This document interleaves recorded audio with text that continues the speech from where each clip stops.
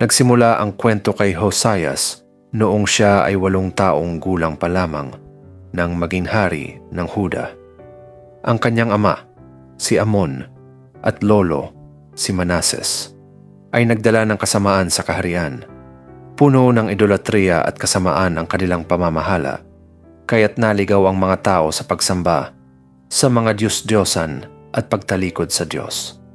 Sa kabila ng masamang impluensya, si Hosias ay nagpakita ng kakaibang puso na nakatuon sa pagsunod sa Diyos.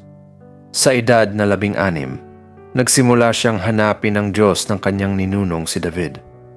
Sa edad na 20, sinimulan niya ang kampanya para linisin ang Huda mula sa pagsamba sa mga Diyos-Diyosan.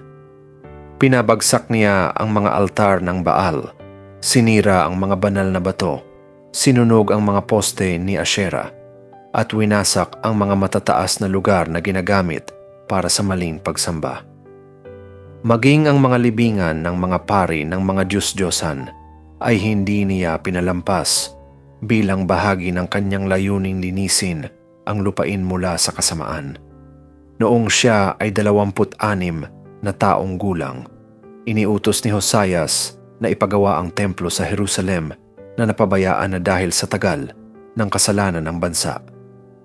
Sa panahon ng pagkukumpuni, natagpuan ng mataas na pari na si Hilkias ang isang sinaunang aklat, ang Aklat ng Kautusan. Nang mabasa ang laman nito kay Hosias, siya ay labis na naantig.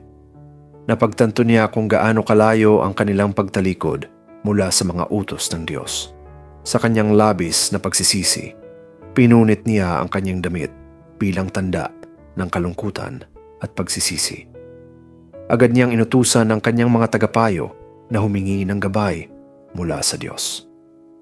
Lumapit sila sa propetang babae na si Hulda. Sinabi ni Hulda na ang Diyos ay nagagalit dahil sa mga kasalanan ng Huda at ang kanyang hatol ay tiyak na darating.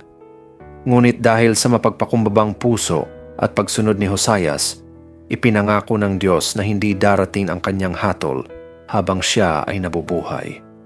Dahil dito, mas lalo pang naging masigasig si Hosias sa kanyang mga reforma. Tinipon niya ang buong bayan mula sa pinakadukha hanggang sa pinakamataas at binasa ang Aklat ng Kautusan sa harap nila. Tumayo siya at gumawa ng tipan sa Panginoon na susundin niya at ng buong bayan ang kanyang mga utos. Ang lahat ng tao ay sumang-ayon sa tipan at muling nangako sa Diyos. Sinundan ito ni Hosias ng mas masinsinang kampanya laban sa idolatria. Sinira niya ang mga altar at rebulto sa buong Huda, pati na rin sa mga lugar sa labas ng kanyang nasasakupan. Binalik niya ang pagdiriwang ng Paskwa, isang mahalagang tradisyon na matagal nang nakalimutan. Ang Paskwa sa ilalim ng pamumuno ni Hosias ay naging napakagrande at natatangi. Pinagsama-sama ang buong bayan sa pagsamba at paggunita sa pagliligtas ng Diyos. Ang pamumuno ni Hosias ay nagdala ng maikling panahon ng espiritual na muling pagkabuhay sa Huda. Sa kabila ng hatol na nakaambang darating pagkatapos ng kanyang kamatayan, ipinakita niya na ang isang taong tapat sa Diyos ay kayang magdala ng pagbabago sa isang makasalanang bansa